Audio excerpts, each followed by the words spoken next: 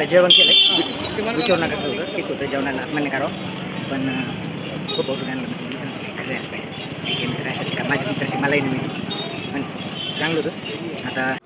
तर आता निघले पंचवटीकडे झालं मस्त चष्मा घालून सेट केले यार राग केवढा आला होता ना म्हणजे काय नियोजन केलं होतं म्हणजे नियोजन म्हणजे मी पण होतं म्हणजे बरं का पण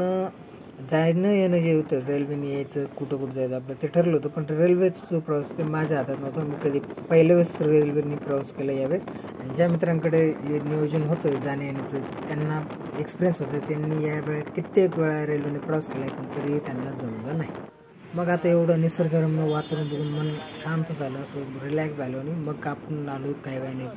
पंचवटीमध्ये आणि इथं आल्यावर आपले सर्व तर आपण सर्वात आधी इथं काळाराम मंदिर इथे दर्शन करणार आहोत कारण गंगा आरतीसाठी अजून वेळ होता म्हटलं तोपर्यंत इथे फ्रेश होऊन गणपती बाप्पाचं दर्शन करूया आणि मग तिथून पुढे आपण जाऊ गंगा आरतीसाठी तर इथं आल्यावर मस्तपैकी आरामात दर्शन झाले श्री काळाराम मंदिर येथे आता दर्शन झाले काळाराम मंदिरमध्ये आता काळाराम मंदिरमधून आता तिथून आपल्याला जायचं पंचवटीमध्ये तिथं आपल्याला जायचं दर्शन करायचं आणि हे गौरी मंदिर परिसर बघून हा मंदिरचा परिसर इथं दर्शन करून आलो इथं थोडंसं काम चालू आहे आणि मग यापुढे तो तुमचा भाऊ असं ॲक्शन करून बोलायला लागला की जसं का टुरिस्ट गाईडच झालो आहे मी आणि इथं कन्स्ट्रक्शन सुरू म्हणजे काम सुरू आहे वगैरे वगैरे मग इथून काय वेळाने म्हणलं आता चला वेळ झाली जायची तर इथून पुढचा प्लॅन आता पुढं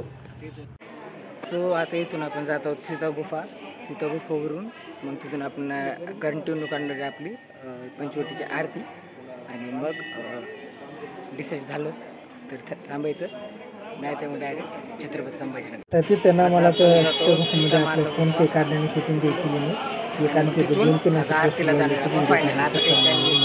काढायचा सर मुझे ना वो काढायला येणार तो मैंने काढायला दिखाऊंगा मंदिर नहीं काढ़ा लेना था ये काढ़ा लिया मैंने गोल्डन कलर का इसकी प्राइस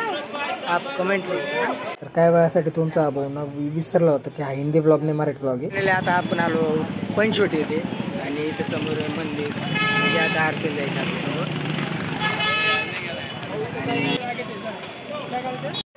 तर आता इथं आलो आपण पंचवटीमध्ये आता थोड्या वेळात आरती होणार आहे आणि आरतीचं वेळ तर झालेलं आहे थोड्याच वेळाचं आता बाकीच्या मंदिराचे दर्शनही करायचे मला ना आता टी शर्ट चेंज करायचं आहे शर्ट चेंज करायचं आहे त्यामुळे आता होते की लोकांनी तिकडे आत्तापर्यंत झालं गेलं सगळं सोडून काय लेट चालली आहे गडबड का पुढं मी एक करूच तो दुसरीकडे चाललेला त्यामुळे मी सोडून दिलं म्हणजे आता मी रेडी होतो आपलं सारं आता जाऊ हळूहळू जरा फिरायला आलो जरा बघून घेऊ ना मंदिराचे त्यांचे दर्शन घेऊ पण तरी पण काय म्हणजे सोबतचे मित्रांनी लयच गडबड करायला लागले त्यामुळे म्हणलं सोडा तुम्हाला कुठं जायचं मी आहे ना हळूहळू आपलं फ्रेश होऊन तोंड हातपाय धुतले आणि मग नंतर इथं काही शूटिंग केली आणि चार्जिंग आता एकदमच संपत आली म्हणजे काहीच नाही राहिली 1% राहिली असेल जेव्हा मागे जेव्हा थांबलं होतं आपण तेव्हा चार्जिंग केली होती तीही आता संपत आली जोपर्यंत येऊन शूटिंग तोपर्यंत करणार आणि बाकी स्विच ऑफ पडणार आहे फोन सॉरी बरं का चार्जिंग 1% राहिले आता कधी पण फोन बंद होईल जेवढं होईल तेवढं कृपया प्रथमपङ्क्ति द्वयं त्यक्त्वा उपविशन्तु